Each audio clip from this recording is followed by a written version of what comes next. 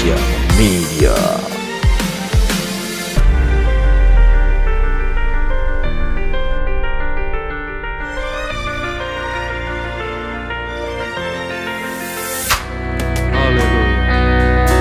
Kami bersyukur Tuhan Yesus di hari Paskah yang indah ini kami memuji, memuliakan nama-Mu, dan Engkau ada di tengah kami.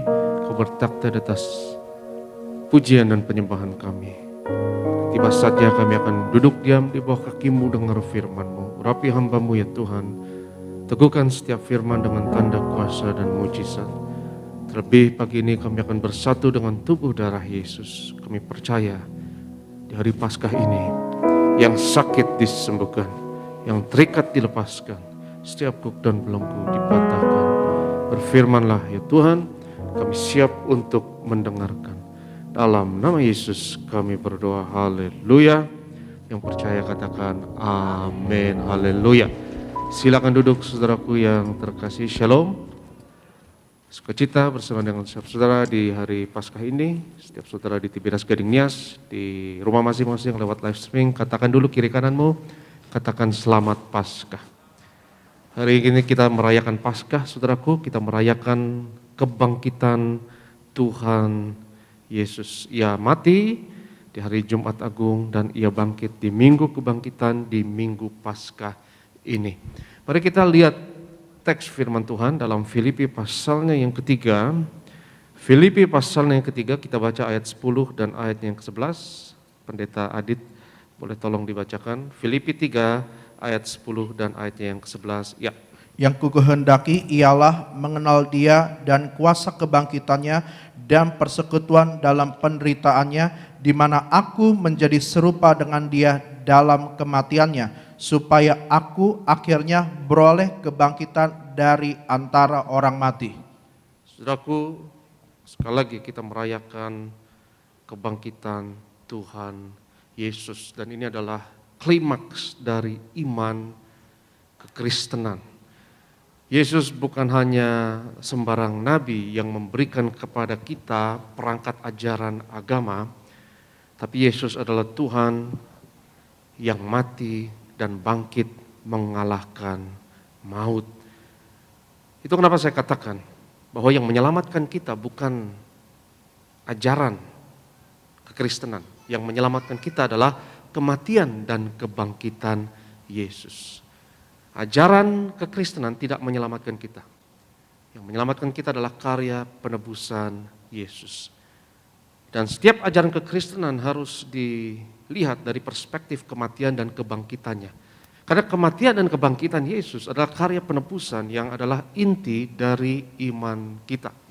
Nabi-nabi lain, pengajar-pengajar yang lain memberikan kepada kita perangkat ajaran. Apa yang boleh dilakukan dan apa yang boleh tidak dilakukan. Dengan harapan engkau dapat meraih surga dan engkau dapat menghindari neraka.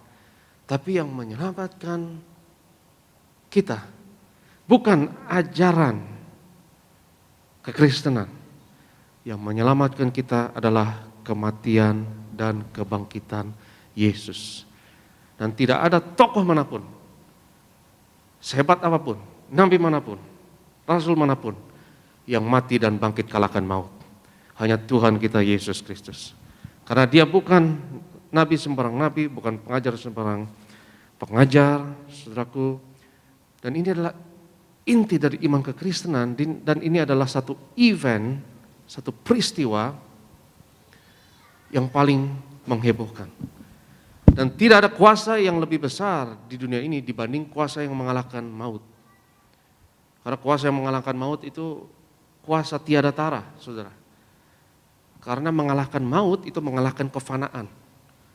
Mengalahkan kefanaan itu ada matematikanya, ada fisikanya. Itu harus mengalahkan ruang dan waktu.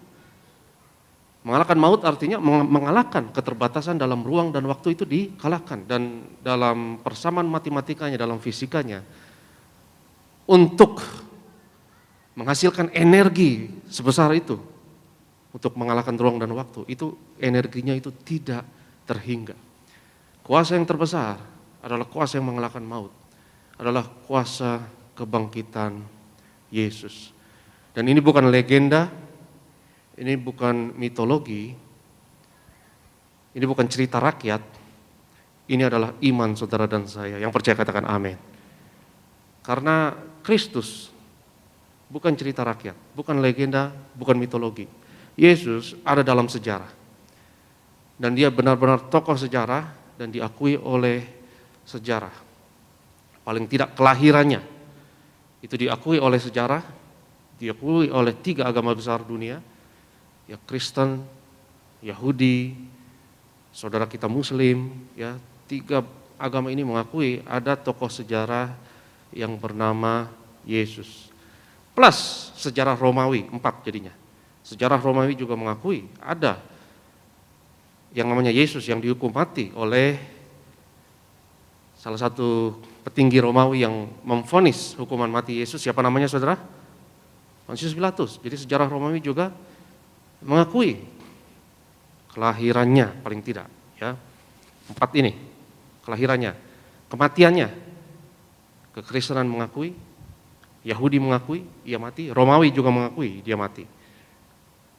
Saudara kita Muslim punya versi yang berbeda mengenai kematiannya, ya, mengenai kebangkitannya. Hanya kekristenan kita yang mengakuinya, bahwa ia bukan hanya lahir, ia bukan hanya mati, tapi ia juga bangkit dari antara orang mati dan kalahkan maut. Jadi ini bukan cerita rakyat, ini bukan mitologi, ini bukan legenda. Yesus sejarah, historical Jesus, yaitu nyata. Dan event mengenai kebangkitan Yesus itu adalah puncak, itu adalah klimaks dari iman kita. Karena sia-sia saudara, iman kita sia-sia kalau ia tidak bangkit. Kalau iman kita hanya berhenti pada kematian dan penyalipan, sia-sia. Tapi fakta bahwa Yesus bangkit adalah membuktikan bahwa kuasa kebangkitan itu ada, berlaku untuk saudara dan saya. Yang percaya katakan amin. Itu kenapa Rasul Paulus katakan di sini, yang kukehendaki ialah mengenal dia dan kuasa kebangkitannya dan persekutuan dalam penderitaannya, di mana aku menjadi serupa. Katakan bersama saya, serupa dengan dia dalam kematiannya. Dan inilah kerinduan kita saudara, inilah keinginan kita, kita mau jadi seperti Yesus. Yang setuju katakan amin. Ini adalah tujuan iman kita, tujuan kita percaya bahwa kita mau jadi serupa dengan Yesus. Pertanyaannya, apa maksudnya menjadi seperti Yesus? Apa maksudnya menjadi seperti Yesus? Artinya engkau harus mirip Yesus 2000 tahun yang lalu pakai baju putih terusan, lalu ada jenggot dan rambut panjang, lalu yang engkau harus jadi pelayan Tuhan full time. Apa harus benar-benar mirip, identik dengan Yesus 2000 tahun yang lalu? Tidak. Ya, tidak. Apa berarti engkau harus jadi tukang kayu juga, lalu pelayanan full time? Gak ada salahnya pelayanan full time, gak ada salahnya engkau jalan keliling, kerjakan mujizat. Tapi jadi seperti Yesus bukan sedangkal itu. Jadi seperti Yesus artinya engkau jadi serupa dalam kematian dan kebangkitannya. Jadi seperti Yesus dalam hal dan konteks karya penebusannya, yaitu kematian dan kebangkitannya. Jadi seperti Yesus bukan berarti engkau harus jadi pelayan Tuhan full time lalu keliling lakukan mujizat. Alangkah baiknya kalau Tuhan panggil engkau untuk lakukan hal seperti itu dan tidak ada salahnya. Tapi bukan itu intinya. Engkau bisa jadi seperti Yesus dalam profesi apapun di mana engkau berada, dalam konteks apapun di mana engkau berada. Karena jadi seperti Yesus yang utama adalah dalam kematian dan kebangkitannya. Dan kita jadi serupa dengan Kristus. Kita mengidentifikasikan diri kita dengan Kristus. Dan itulah arti percaya, saudara.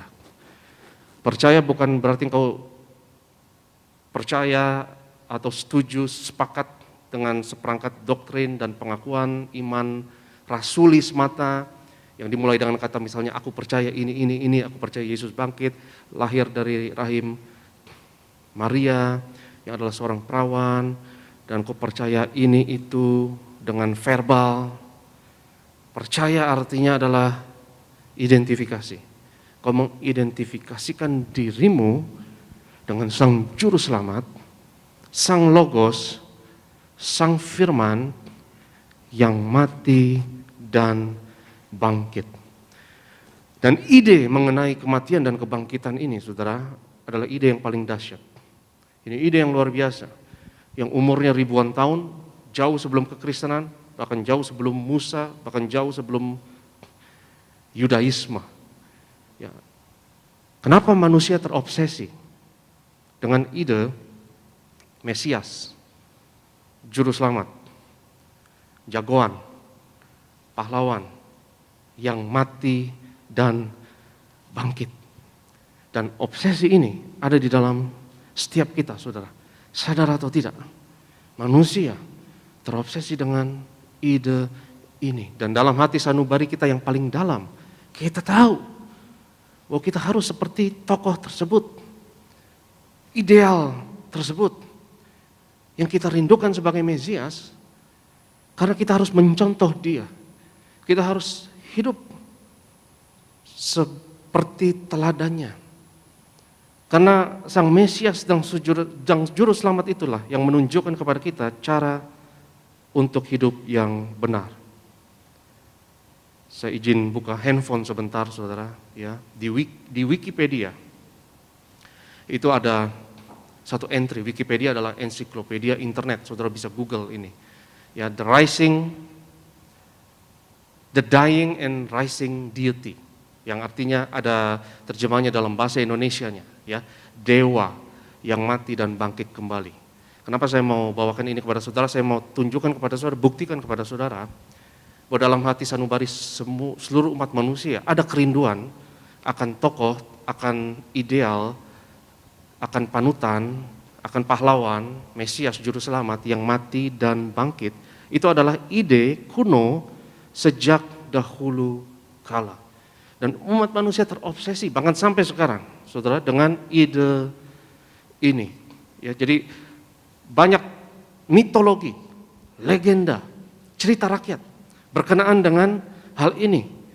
Ya, di Mesir misalnya itu ada Osiris, ada Horus, yaitu tokoh ilahi atau dikatakan dewa lah atau dewi yang mati dan bangkit. Di Yunani ada Hercules. Dan kita tahu Hercules ceritanya adalah dia mati dan bangkit. Betul nggak, saudara? Ya, Hercules kisahnya sampai wayang sekalipun, wayang kita. Ya, karena wayang itu dari Hindu, ya, tokoh misalnya Brahma dan Wisnu itu mati dan bangkit. Odin di Eropa, ya, Hercules itu juga di Eropa, Yunani. Odin itu bapaknya Thor. Ya, kalau saudara nonton Avengers, yang kebetulan saya juga nonton, ya, itu adalah tokoh yang mati dan bangkit. Dan ini cerita rakyat, ini adalah mitologi, ini adalah legenda. Dan kalau saudara pikir ini adalah kisah yang kuno dan nggak modern, bahkan di imajinasi modern sekarang ini, film-film Hollywood kaya dengan konsep tersebut. Misalnya Harry Potter, saya nggak pernah nonton film itu, tapi saya tahu, ya, bahwa dalam tokoh tersebut dia mati dan dia bangkit kembali. Dalam Lord of the Ring juga ada tokoh tersebut, ya, dia mati dan bangkit. Superman mati dan bangkit, betul? Dia mati dan bangkit lagi. Artinya umat manusia terobsesi dengan ide ini. Yang setuju katakan amin, betul nggak? Kita terobsesi dengan, dan kita tahu dalam satu bar yang paling dalam, di alam bawah sadar kita, alam bawah sadar kolektif manusia, ada kerinduan akan hal ini. Dan kerinduan tersebut namanya adalah Tuhan Yesus Kristus. Dan saudaraku yang terkasih, hal ini yang dibawakan oleh seorang teolog brilian yang ternama yang bernama C.S. Lewis. C.S. Lewis teolog Kristen yang terkenal, dan C.S. Lewis juga bukan hanya teolog, dia juga budayawan. Kalau saudara tahu ada film terkenal namanya Narnia, itu tentang karya keselamatan Yesus, dan itu jadi film Hollywood. Narnia itu dia yang tulis, C.S. Lewis yang tulis. Jadi C.S. Lewis mengatakan begini, bahwa ide mengenai tokoh ilahi yang mati dan bangkit ini ada di mana-mana dan tidak unik buat kekristenan, bukan hanya di kekristenan, tapi ada di segala macam agama, budaya, legenda, mitologi, dan cerita rakyat. Tapi C.S. Lewis mengatakan satu hal ini yang sangat brilian. Dia mengatakan ini, yang berbeda dengan kekristenan, yang unik dengan kekristenan adalah bahwa tokoh yang mati dan bangkit ini bukan legenda dan bukan cerita rakyat. Dia betul-betul ada. Yang setuju katakan amin. Dia benar-benar ada. Dan kebangkitannya itu bukan cerita rakyat, saudara. Ini kebangkitannya fisik. Secara fisik. Artinya betapa luar biasanya iman kekristenan. Berarti kita percaya satu hari nanti maut akan ditaklukkan. Maut sudah ditaklukkan, kematian sudah ditaklukkan oleh Yesus. Dan down payment-nya, DP-nya sudah diberikan oleh Yesus untuk kita. Sampai nanti penembusan itu akan paketnya komplit. Kematian ditaklukkan. Yang percaya katakan amin. Dan itu yang kita nantikan. Dan saya penasaran. Karena kita nggak bisa membayangkan dengan akal kita, saudara. Ya, konsep tidak ada kefanaan, tidak ada kematian, tidak ada ruang, dan tidak ada waktu, dan semuanya adalah kekekalan. Itu di luar imajinasi kita. Kita tidak mampu membayangkan apapun yang di luar dimensi, ruang, dan waktu. Imajinasi manusia yang paling liar sekalipun. Misalnya dalam film Superman lah, Avenger, khayalan manusia yang paling liar sekalipun. Itu masih dalam konteks dimensi, ruang, dan waktu. Kita nggak bisa membayangkan yang lebih dari itu. Dan satu hari nanti Alkitab katakan, di satu saat maut dan kematian akan ditaklukkan. Kuda keempat, kuda yang terakhir di kitab Wahyu, itu kuda maut dan kerajaan maut. Kuda maut dan kerajaan maut, warnanya apa saudara? Hijau kuning atau pucat atau belang-belang. Ya. Kuda pertama warnanya kuda putih, kuda kedua warnanya merah, kuda ketiga warnanya kuda hitam, kuda keempat hijau kuning. 100 pintar jemaat Tiberias, haleluya. Ya. Jadi kuda yang terakhir adalah maut dan kerajaan maut, dan itu adalah musuh yang terakhir, dan itu adalah musuh yang akan ditaklukkan. Kita lihat firman Tuhan 1 Korintus 15. Ya, kita mau lihat bahwa maut adalah musuh terakhir yang akan ditaklukkan di bawah kaki Kristus. 1 Korintus 15 ayat 24 sampai 26. Pendeta Adit, tolong dibaca. 1 Korintus 15 ayat 24 sampai 26. Ya. Kemudian tiba kesudahannya, yaitu bila mana ia menyerahkan kerajaan kepada Allah Bapa, sesudah ia membinasakan segala pemerintahan, kekuasaan, dan kekuatan, karena ia harus memegang pemerintahan sebagai raja sampai Allah meletakkan semua musuhnya di bawah kakinya. Musuh yang terakhir yang dibinasakan ialah maut. Musuh yang terakhir namanya siapa? Maut. Kalau sudah maut dikalahkan sudah game over. Betul nggak saudara? Sudah game over. Nggak ada penderitaan lagi, tidak ada air mata lagi, tidak ada kejahatan lagi.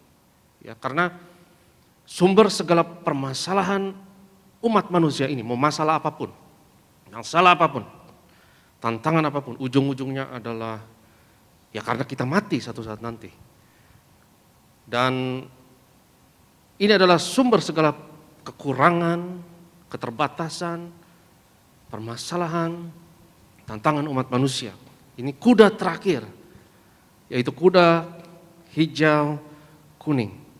Kuda maut dan kuda kematian ini akan ditaklukkan di bawah kaki Kristus. Yang percaya katakan amin. Ya, ini adalah musuh yang terakhir. Dan saudara yang terkasih, doktrin terinti dalam iman kekristenan kita adalah kematian dan kebangkitan Yesus ini. Dan doktrin ini bukan doktrin yang sepertinya tidak relevan dalam kehidupan kita dan sepertinya hanya kepake nanti saat kita mati, saat kita akhirat. Tapi hari ini saya mau mengatakan kepada saudara bahwa konsep kematian dan kebangkitan ini bukan hanya untuk akhirat. bukan untuk nanti tunggu kita mati, tapi untuk seluruh aspek hidup kita, baik di kehidupan yang sekarang dan kehidupan yang akan datang. Karena konsep mengenai kematian dan kebangkitan ini, seperti yang saya tekankan dalam khotbah hari ini, adalah inti iman kekristenan. Dan saya mau menghubungkan konsep penebusan ini, saudaraku, dengan konsep penciptaan. Saya mau bawa saudara kembali ke Kejadian pasalnya yang pertama, di mana Tuhan menciptakan langit dan bumi. Bumi belum berbentuk dan kosong, ya, dan ada kekacauan, ketidakberbentukan dan kekosongan. Roh Allah melayang-layang di atas permukaan air. Lalu berfirmanlah Allah. Itu kenapa saya katakan bahwa konsep kematian dan kebangkitan ini konsep yang sangat kuno, dan ini berhubungan dengan kisah yang paling kuno, yaitu kisah penciptaan. Allah berfirman. Kitab Yohanes mengatakan pada mulanya adalah firman. Ya, firman itu bersama-sama dengan Allah, dan firman itu adalah Allah. Allah berfirman, Logos, Sang Firman. Pribadi kedua dalam ketritunggalan Allah, Sang Firman, terlibat berpartisipasi sentral dan aktif dalam proses penciptaan. Tuhan menciptakan bumi ini dari chaos, katakan bersama saya chaos. Chaos artinya ketidakteraturan, kekacauan. Dari chaos menjadi order. Katakan bersama saya order. Order artinya keteraturan dan kerapian, struktur, ya. Dari ketidakteraturan menjadi keteraturan. Dan ide mengenai Sang Logos, Sang Firman ini, yang mati dan bangkit, saudara, kita harus identifikasi diri kita dengan Sang Logos tersebut. Dan kematian dan kebangkitan ini terjadi dalam hidup kita dan dalam perjalanan iman kita, saudaraku, setiap saat.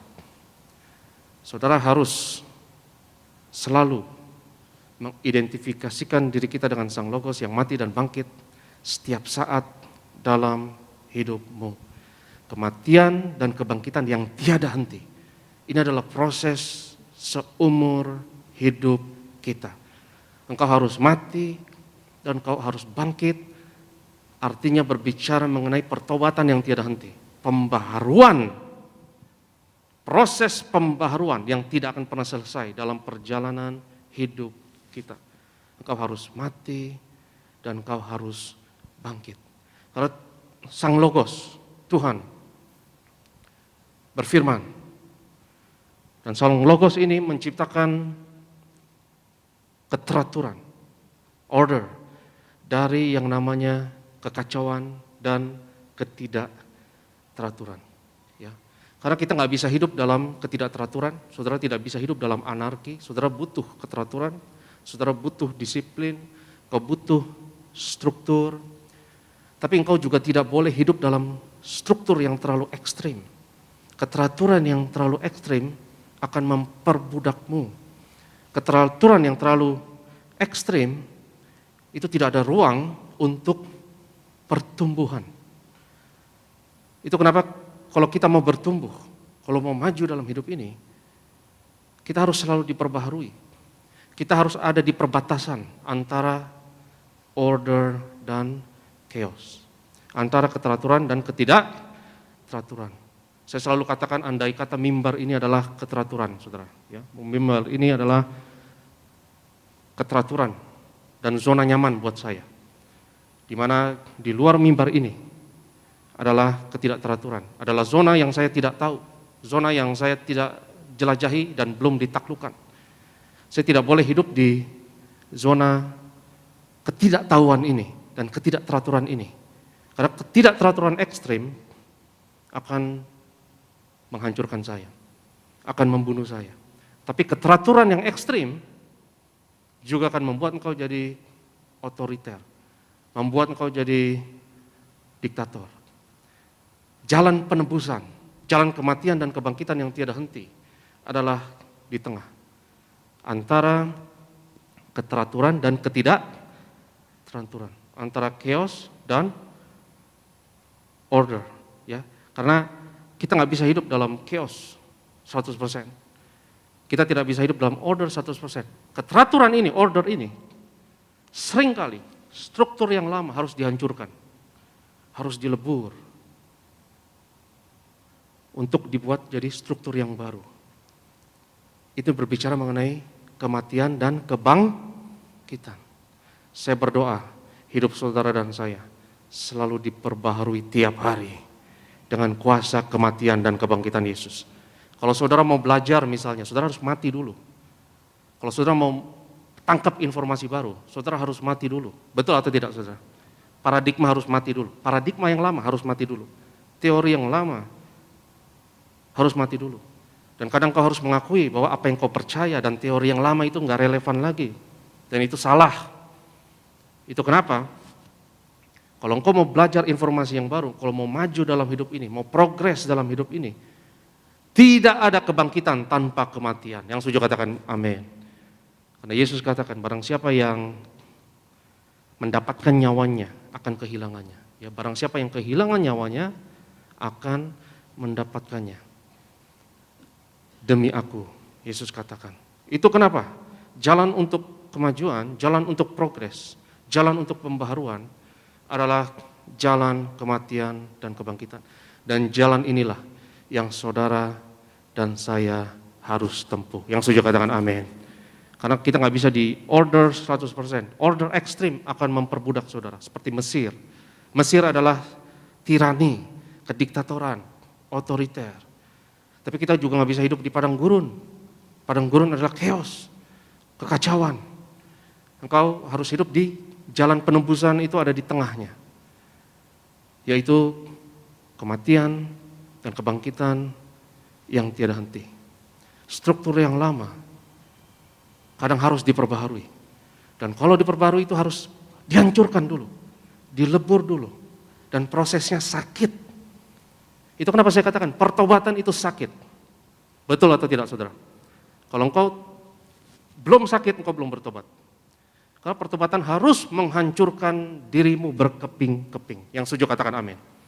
Kalau engkau belum hancur, engkau belum bertobat.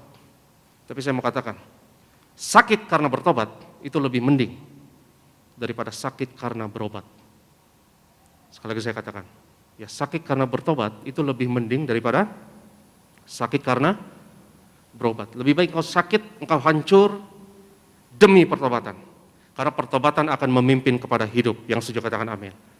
Yang penting kau hidup, ya ada kemajuan, ada jalan keluar, dan ada progres daripada engkau pegang status quo, kau pegang struktur yang lama dan menolak pembaharuan.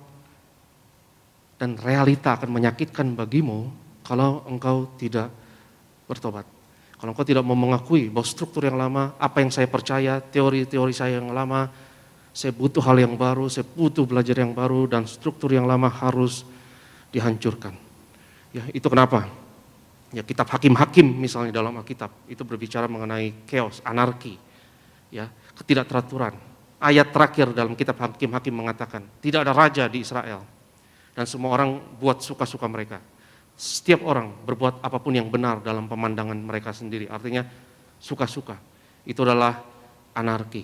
Hakim-hakim. Yang akhirnya beralih kepada raja-raja. Ya, raja-raja berbicara mengenai ya kerajaan yang otoriter. Yang autokrat. Berbicara mengenai tirani. Kita nggak bisa hidup dalam keteraturan yang ekstrim. Saudara butuh struktur, saudara harus disiplin. Tapi saudara juga tahu, kita nggak bisa terlalu disiplin. Betul nggak saudara? Kalau saudara terlalu kaku, tidak ada ruang untuk pertumbuhan. Dan kau tahu, ya orang-orang seperti ini mini diktator. Mereka diktator kecil. Misalnya kau datang ke sebuah rumah yang semuanya tertata rapi, bersih, tidak ada debu sedikit pun. Dan semua furnitur itu dilapisi plastik, Kau tahu, keadaan yang terlalu rapi seperti itu tidak sehat. Karena kita kadang butuh kekacauan, kita butuh hal-hal yang tidak terduga, kita butuh surprise untuk kemajuan dalam hidup ini. Yang setuju katakan amin. Itu kenapa saudaraku dalam ibadah ini misalnya juga, ya, semuanya rapi, struktur, tapi kita juga ngeflow dalam Roh Kudus. Tapi kita juga mengalir dalam Roh Kudus. Yang setuju katakan amin. Tapi kita juga nggak boleh ngeflow ekstrim. Seperti gereja karismatik yang liar, yang semuanya sandal lama, sandal baru. Semuanya bahasa roh nggak jelas, semuanya liar, ada yang ketawa, ada yang nangis, ada yang gemeter-gemeter, ya. Itu ekstrim liar. Kita bersyukur Tiberias dituntun Tuhan ada di tengahnya. Ya, Tiberias rapi, terstruktur, tapi ada ruang untuk pertumbuhan, ada ruang untuk Roh Kudus bekerja. Saya berdoa, saudara dan saya, keluargamu dan keluargaku, kita diperbaharui selalu senantiasa dengan kuasa kematian dan kebangkitan Yesus. Karena mereka yang hidup di tengah ini, saudara, antara order dan chaos, mereka hidup di jalan penebusan dan mengalami kematian dan kebangkitan tiada henti. Mereka ini nggak ada matinya.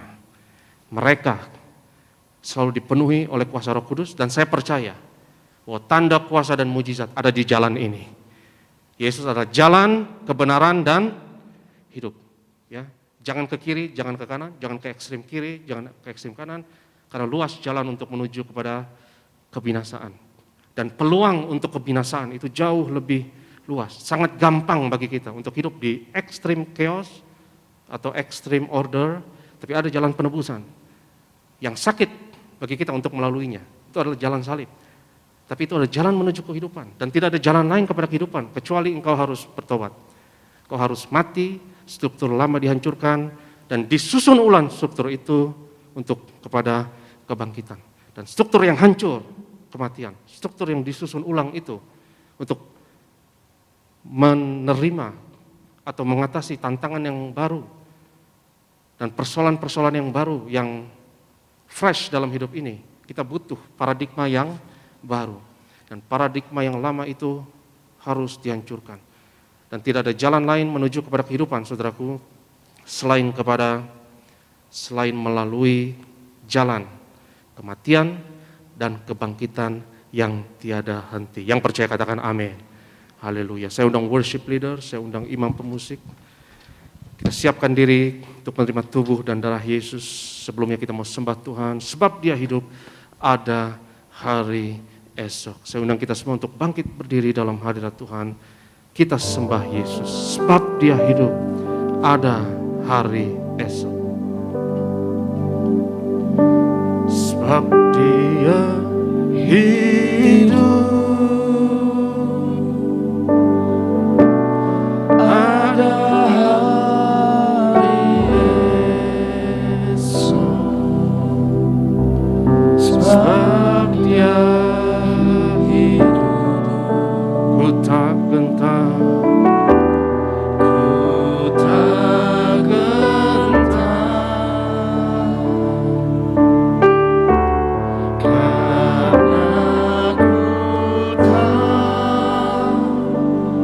Dia megang hari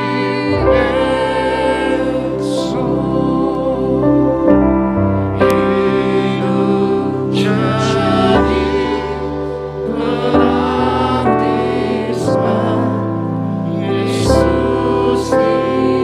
bagi Dia yang mati dan bangkit dari maut, angkat tanganmu, angkat hatimu, katakan, sebab Dia hidup, ada hari esok, ada hari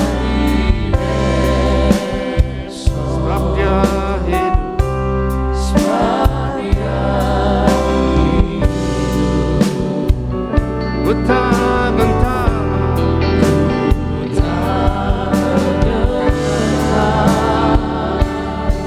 Karena ku tahu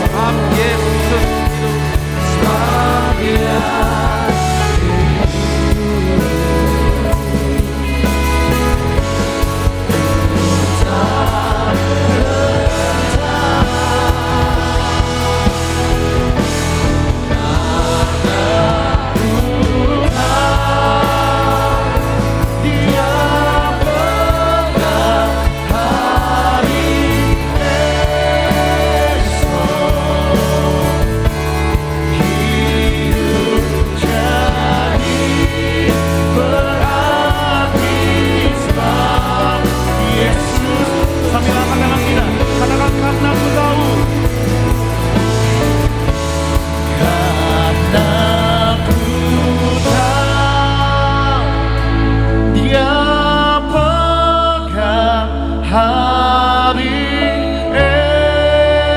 esok hidup jadi berarti sebab Yesus hidup.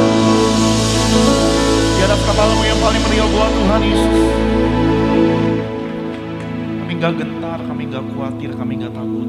Karena Tuhan Yesus pegang setiap kehidupan dalam hidup kami. Kami bersyukur, kami boleh diajar, kami ditegur, kami dikuatkan oleh firman Tuhan yang mengajar, menegur setiap kami. Kami percaya Roh Kudus tidak pernah berhenti mengajar, menegur, mengubahkan setiap kami. Kami baca berkat buat hamba-Mu, Pendeta Dr. Aristo Priaji. Kami doa bersama keluarga, bersama tim, melangkah melayani, nama Tuhan ditinggikan. Ada banyak jiwa dimenangkan, diselamatkan bagi kemuliaan nama Tuhan. Di pagi hari ini kami akan membawa setiap rupiah persembahan kami memberi karena kami percaya Tuhan telah terlebih dahulu memberi yang terbaik bagi setiap kami. Berkati tangan yang memberi tidak kekurangan, selalu naik jadi kepala, tidak pernah turun, tidak pernah jadi ekor. Apa yang dikerjakan pasti berhasil. Berkati jemaat Tiberias dalam nama Tuhan Yesus. Kita yang disayang Tuhan, Tiberias, dengan bangga sama-sama kita katakan amin. Kita berikan kemuliaan yang paling meriah buat Tuhan.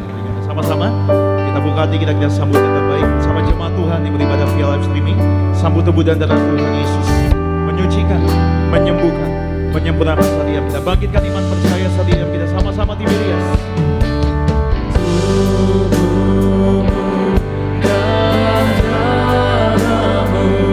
Sama-sama kita boleh bangkit berdiri, sambut yang terbaik.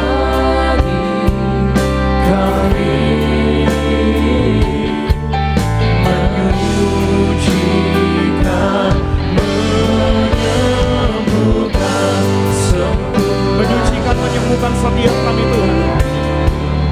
Kami menyucikan, kami menyucikan, menyembuhkan, sempurnakan hidup kami. Kita satu di dalam doa. Kami bersyukur Tuhan Yesus untuk karya penebusan yang Kau kerjakan bagi kami di atas kayu salib. Kami bersyukur untuk kuasa kematian dan kebangkitan Yesus yang bekerja luar biasa dalam hidup kami. Kami menghormati setiap tetes darah yang tercurah, setiap kesengsaraan dan penderitaan yang Kau lalui. Dengan menghampiri meja perjamuan-Mu yang kudus, dengan roti dan anggur di tangan kami. Roti dan anggur adalah bukti setiap penyakit kami sudah disembuhkan. Semuanya sudah selesai di atas kayu salib. Maka dengan perjamuan kudus ini kami nyatakan karena penebusan Yesus 2000 tahun yang lalu berlaku atas kami, atas keluarga kami. Mari kita angkat tubuh Tuhan. Yesus adalah imam besar agung dari pengakuan iman kita. Sama-sama kita katakan dalam nama Yesus. Inilah roti hidup yang turun dari surga. Inilah tubuh Tuhan Yesus Kristus yang tergantung di atas kayu salib. Yang pertama, yang memberi keselamatan, hidup kekal di kerajaan surga. Yang kedua, tubuh Yesus menyempurnakan tubuhku agar sehat sempurna, menyempurnakan jiwa dan rohku agar aku dan keluargaku dibangkitkan pada akhir zaman. Yang ketiga, tubuh Yesus tertikam, tertombak di atas kayu salib. Kami tolak pisau operasi, pisau bedah, tidak akan jamah tubuhku. Kami tolak terkapar di rumah sakit, kami tolak terkapar di meja operasi, kami tolak celaka, mara bahaya, malapetaka, kami tolak terkapar di ruang ICU. Aku percaya segala kutuk, segala penyakit, kelemahan sudah diangkat, sudah diselesaikan di atas kayu salib. Dalam nama Yesus, inilah tubuh Tuhan Yesus Kristus. Kita makan, inilah tubuh Yesus.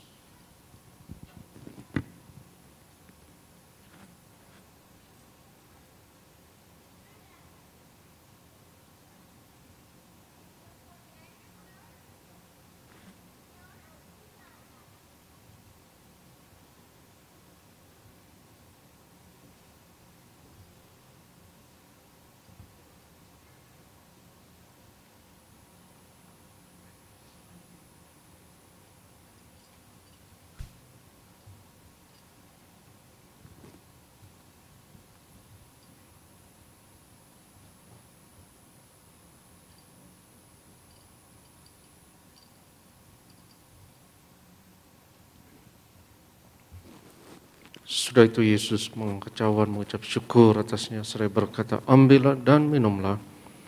Inilah darahku, darah perjanjian baru yang ditumpahkan untuk pengampunan dosa. Mari kita angkat cawan Tuhan. Dalam nama Yesus, inilah darah Tuhan Yesus Kristus yang tercurah di atas kayu salib. Yang pertama, yang memberi keselamatan, pengampunan dosa atas segala dosa, kesalahan kami. Kami janji bertobat, kami tolak setan dan segala perbuatannya. Keluarga kami, keluarga yang kudus, kami tolak perzinahan, kami tolak poligami, jauhkan dari perceraian. Yang kedua, darah Yesus menyucikan, menguduskan kami. Kami termeterai sebagai warga kerajaan surga. Kami doa punya rumah di bumi dan di surga. Yang ketiga, oleh darah Yesus, oleh bilur Yesus, dari ujung rambut sampai ujung kaki, aku sehat, aku sembuh, pendengaran sempurna. Kami tolak tuli, penglihatan sempurna. Kami tolak katarak, kebutaan, setiap sistem organ dalam tubuhku sempurna, paru-paru, pernafasan sempurna, imunitas kekebalan tubuh sempurna. Kami tolak COVID-19, kami tolak virus corona, varian apapun atasku dan keluargaku dalam nama Yesus. Pencernaan, syaraf, peredaran darah sempurna, darahku tahir oleh darah Yesus. Kami tolak benjolan apapun, kami tolak kistamium, kami tolak kanker tumor, kami tolak diabetes, hepatitis, kami tolak asam urat, kami tolak kolesterol, kami tolak cuci darah dalam nama Yesus. Sebut sakitmu masing-masing.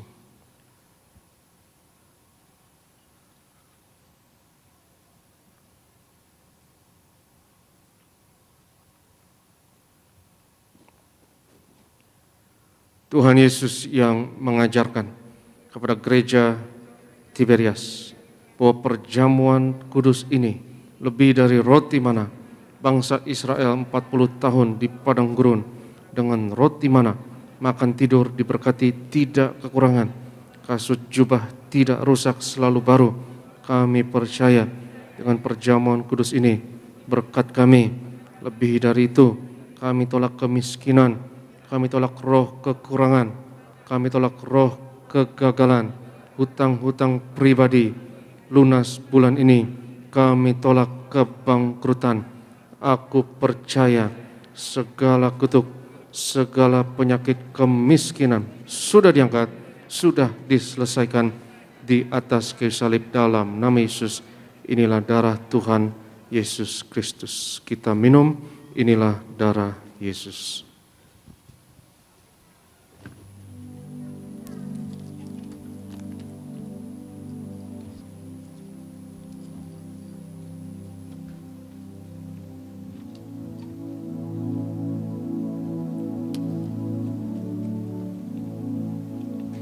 Bapak Ibu Saudara terkasih yang sudah terima tubuh dan darah Tuhan Yesus Kristus di Minggu Paskah ini, mari bersama-sama kita mengucap syukur. Kita percaya tubuh dan darah kita terima kuasa, kita terima keselamatan oleh karena kasih belas kasihan Tuhan. Mari sama-sama kita yang percaya Tuhan telah bangkit, Tuhan telah hadir dalam hidupnya kita, bangkit mari bersama-sama kita angkat kedua tangan kita, kita bersyukur di hadapan Tuhan. Terima kasih Tuhan. Haleluya. Yesus lebih besar,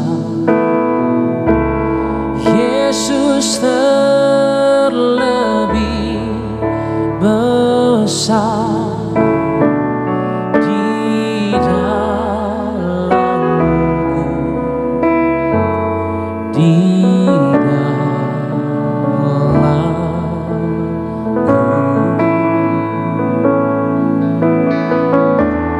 Yesus lebih besar, Yesus terlebih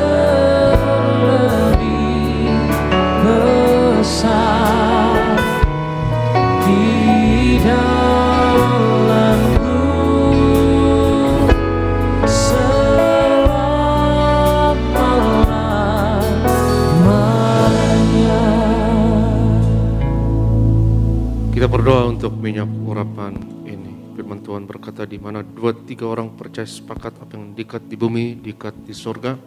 Apa yang dilepaskan di bumi, dilepaskan di sorga. Mari kita berdoa sepakat, kita angkat minyak urapan ini bersama-sama, dan dengan iman kita katakan, dalam nama Bapa, Anak, dan Roh Kudus, dalam nama Tuhan Yesus Kristus, inilah minyak urapan yang kudus untuk memuliakan Allah dan manusia. Kami muliakan Yesus, Tuhan dan Allah kami, yang ada di tengah kami, memberkati kami. Setiap tetes oles minyak urapan ini, hari ini, yang sakit disembuhkan, mengusir setan-setan, hancurkan kuasa kegelapan, patahkan segala kuk dan belenggu dalam nama Yesus. Inilah minyak urapan, oleskan atas dahi, kepala, atas bagian tubuh yang sakit. Inilah minyak urapan dalam nama Yesus. Kami berdoa ya Tuhan untuk setiap pokok doa yang tertulis dalam kertas doa ini di hari raya Paskah kebangkitan-Mu ya Tuhan. Kami bawa setiap doa kami, dan kami percaya janji firman-Mu, doa orang benar dengan yakin didoakan besar kuasanya. Kami berdoa bersyafaat, berkati gereja-Mu, berkati gembala dan ibu. Tuhan beri umur panjang dan kesehatan. Hamba-hamba-Mu di gereja Tiberias hari ini yang melayani seluruh Tiberias, berkati, urapi, lindungi. Kami berdoa ya Tuhan, berkati Ibu Marta di Sunter, sembuh sehat sempurna. Pak Anggoro dan keluarga diberkati sempurna. Pak Antonius, ayahanda dari Pak David juga sehat sempurna. Berkati Oma Patrick, aorta sehat, jantung sehat, juga Ibu Ivon, Tante Ivon sehat dan disembuhkan. Kami berdoa ya Tuhan, lewat pelayanan kami di Tiberias hari ini, bilangan orang benar di Indonesia terus bertambah. Indonesia penuh kemuliaan Tuhan, dimenangkan untuk tuayan di akhir zaman. Sebelum kami tutup ibadah ini dan tinggalkan tempat ini, kami terima berkat Tuhan. Berkat martir mengalir dari Gembala Sidang kepada setiap hamba Tuhan, setiap jemaat yang terkasih. Sebab Tuhan berfirman kepada Musa, ucapkanlah kata berkat ini atas Israel, dan aku akan berkenan untuk menaruh berkat ini atas mereka. Yivarech Adonai v'yishmerecha,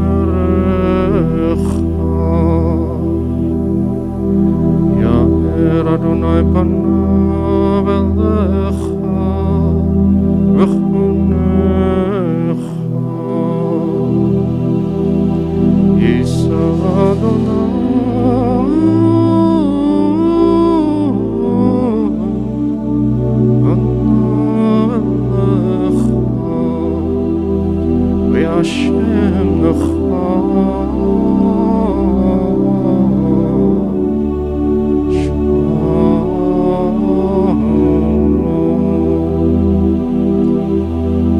Tuhan memberkati engkau, dan Tuhan melindungi engkau.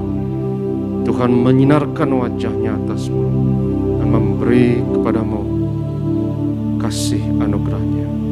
Tuhan menghadapkan wajahnya kepadamu dan memberi bagimu shalomnya, damai sejahteranya untukmu dan anak-anakmu. Yang diberkati Tuhan sama-sama katakan amin. Selamat Paskah, Tuhan Yesus memberkati.